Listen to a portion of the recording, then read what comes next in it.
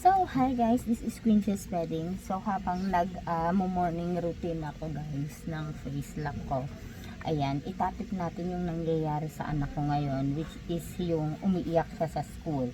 I am trying to find out bakit nangyayari yun sa kanya. Kasi syempre, as parents, ako din lang naman na makakapag-alam nun. Dapat alamin ko talaga siya ng bongga guys. Hindi pwede na siguro, 'di ba? Yung unang video ko sinabi ko na para sa akin is parang it's a process by process. Yes, it's true, process by process siya, pero ang problem is ano ba yung kayang gawin o ano yung magagawa ng parents para mas mapadali yung process. So ngayon, 24 to 26 wala silang pasok. Ganon din ba ang mga anak nyo? So, 24 to 26, walang pasok yung mga bata. Siyempre, ang balik niyan is Monday na. So, parang 3, 4, 5, parang 5 days silang walang pasok, no? 24 to 26, 27, 28, then, ano na sila, 'di ba? Parang 5 days na walang pasok, almost 1 week. Ngayon, ako yung teacher ng anak ko dito sa loob ng bahay. So, nag-limit ulit ako ng pag-use niya ng cellphone. I don't know, kasi parang naging masyado kaming maluwag sa kanya sa cellphone. Parang pag ganitong walang pasok, maghapon na siya nagsi-cellphone. Siguro din dahil sa busy-busy nga ako dito sa tahian ko. So, ang nangyayari, pagbaba ko ng umaga, ayan, sila nang mag-ama doon. Tapos, pag alis ng tatay niya is nagsi-cellphone na siya ng mga 7. Hanggang bumalik na yung tatay niya hanggang sa matulog na siya. Ganon siya. So, ako, nandito ako sa tahian ko, tanongin ko lang siya kung anong gusto niya pagkain, nagugutom ba siya, and yun siguro yung mali ko as parents na hindi ko namomonitor yung screen time niya. Yes, totoo guys, na pag ang bata is more on cellphone or more on screen time, nadidelay yung mind and speech, kahit nga yung parang attitude, nadidelay siya. So ngayon, ang ginawa ko or ang ginawa naming mag-asawa is to maggawa ng pattern or schedule, ganun siya. Gawa ng schedule para sa kanya. So, ang ginawa ko, ang cellphone niya is 10 a.m. to 12 lang. Pag 12, tutulog siya hanggang 5 p.m. 5 p.m. to 8, then 8 tulog siya. Yun lang yung screen time niya, 10 to 12 and 5 to 8, ganun lang. So, ano ang gagawin niya sa mga remaining time na wala siyang cellphone? Nabuboring siya, guys. So, ang ginagawa ko, pinapalabas ko siya ngayon, hinahayaan ko siyang makipaglaro sa labas, o kaya nag-i-invite ako ng kids to play with him dito sa loob ng bahay. Kasi mas safe kasi minsan, guys, sa loob ng bahay, kasi baka mamaya sa labas, bumalik na kagat na ng aso or kung ano nang nangyari. So, yun yung naisip kong gawin. Kahapon, ako guys, start ng walang pasok. So, ang ginawa ko is pinaglaro ko siya dyan sa labas. Then, invite ako ng mga bata, pinapasok ko dito. Then, ang ano doon guys is nabibuild yung pakikisama niya, the way siya magsalita. Kasi minsan barabaliktad, halimbawa, pera ko, gusto ko, ganon, hindi, gusto ko yung pera sa akin, pera ko gusto ko sa akin, baraliktad pa siya magsalita, rumble. So, para mas matutunan niya, paano ba kakausapin yung mga bata, paano ba yung attitude niya sa ibang bata, nag-i-invite ako ng mga bata na hindi niya pinsan, or, kumbaga yung mga, kilala naman namin, pero kumbaga hindi niya pinsan. Kasi pag pinsan niya kasi guys, pinagbibigyan siya. Since alam na late bloomer siya, pagbibigyan siya. Pag ayaw niya or gusto niya yung isang bagay, sasabihin sa kanya, okay, sa'yo na yan. Okay. Ayaw ko ng ganong kalaro. Gusto ko yung nag-aagawan. No, it's mine. No, it's mine. So matututunan niya na, hindi pala sa akin yon. So kailangan kong ibigay yon. Hindi ko pwedeng angkinin yon dahil hindi naman sa akin yon.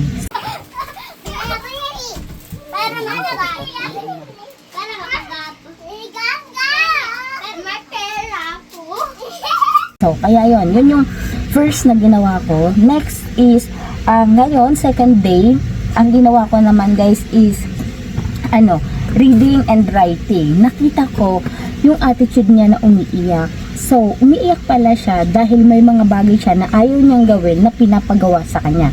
Example, pinagbabasa ko siya. Tapos, mas marunong pa siya sa akin, guys. Makikita niyo yan dito, guys. Okay, ipa-flash ko dito yung pag-reading namin, guys. Yeah, here only. Okay. Not here. Okay.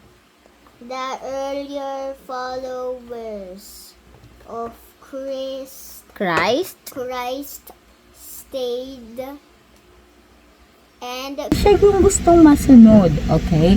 So, at that time, pag hindi mo siya pinagbigyan na siya ang masunod, iiyak siya. So, yun, nakita ko na yung isang kumbaga, isang iniiyak niya, di ba? Isa sa reason kung bakit siya nag-iiyak sa school. Siyempre, pag sa school, si teacher ang masusunod, hindi naman siya, di ba? So, eto na. Next na nakita ko sa kanya, napansin ko sa kanya, guys, halimbawa, pinagsulat ko siya ng name niya sa one pad paper. Sa ano nila, sa paper nila na pang grade 2. Tapos, yes, ayaw niyang gawin, pero ginagawa niya, pero masama yung loob niya. So, after niyang magawa, yung isang bagay, yes, nagawa ko siya, pero hindi siya, kumbaga, wala siya sa loob ko. Galit ako habang ginagawa ko siya, kaya parang kagustuhan mo siya, hindi ko siya kagustuhan, kaya siya umiiyak. Okay? Because the teacher instruction, you finish the teacher instruction, don't cry. Okay? Very good. You said to yourself, yes, I do it. Said to yourself, yes, yes, I do it. Like this, mommy. Yes, I do it. I do. Very good. Make it up. Yes, I do it. After that, muntik na naman, guys, maiyak. Actually, after nang nag-video ako, hindi ko na nag-video, talagang umiyak siya, guys. Ang dami kong explanation sa kanya para kumbaga gumaan yung loob niya. Sabi ko sa kanya, bakit siya naiiyak, which is nagawa niya naman nga, 'di ba? Pero ang point niya is parang hindi, wala yun sa kalooban ko, ayaw ko yung gawin yung pinapagawa mo. Kaya kumbaga yung sama ng loob niya is lumalabas sa mata niya. What should I do? 'Di ba? So yun na, nakita ko na dalawang reason na bakit siya naiiyak. So ngayon, syempre dapat may conclusion tayo, or paano ba natin to gagawa ng paraan, 'di ba? Kasi hindi lang naman na find out na natin tapos hahayaan lang natin, okay, na find out ko na. So ngayon, gagawa naman natin siya ng paraan. Paano pa natin siya gagawa ng paraan? Nag-moisturize muna tayo ng lips, guys. Daldal ako ng daldal. 'Di ba? Paano mo siya gagawan ngayon ng paraan? Na yun nga, 'di ba? Na nakita mo na yung reason bakit siya nag-iiyak, di ba? Paano ko siya ngayon gagawa ng paraan? I think, tama yun na yung isang ginawa namin na yung screen time is bawasan. Then, more on practice. Ipapractice ko siya ng ipapractice, writing, reading, kung anong mga instructional na mga activities. Kasi ayaw niyang sumunod, guys. Kagabi, pinaggawin ko siya ng, anong tawag nito, ng mountain, saka pina-explain ko sa kanya. Then may mga ayaw siyang gawin, pero ginagawa niya, then iiyak siya. So ngayon nakita ko na yon, yung mga ganong actually, guys, ang bata kaya minsan ayaw gawin yung isang bagay kasi hindi nila alam gawin. Pero pag na-practice na nila yon at alam na nilang gawin yun, hindi na nila iiyakan yun. Just like reading, di ba? Pag pinabasa mo ang bata, umiiyak siya kasi hindi niya kayang basahin. Nagpapaluan na kayo, nag-aano na kayo. Pero once na matuto na siyang magbasa, everything na nakikita niya is binabasa niya na, di ba?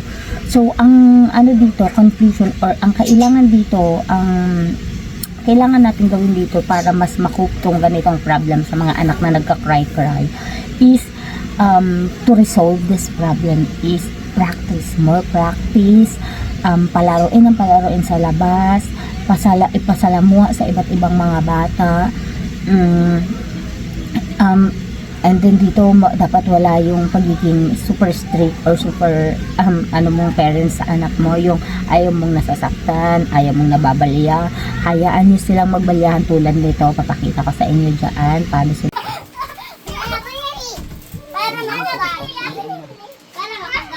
magbalyahan ng mga kalaro niya. Hinahayaan ko lang para mas matuto siya. So that's all, guys, kasi ang dami ko pa talagang gagawin, ang dami ko pang tatahiin, guys. Ayan, naka-ready na sila, ang dami ko tatahiin. So that's all for now. Sana makatulong sa inyo yung ganitong pinagdadaanan ko, kung pinagdadaanan nyo din, and if meron din kayong advice sa akin, because I am a first time mom also, Sana matulungan nyo din ako. I-comment nyo lang dyan sa comment section at babasahin ko para magtulungan tayo. Bye!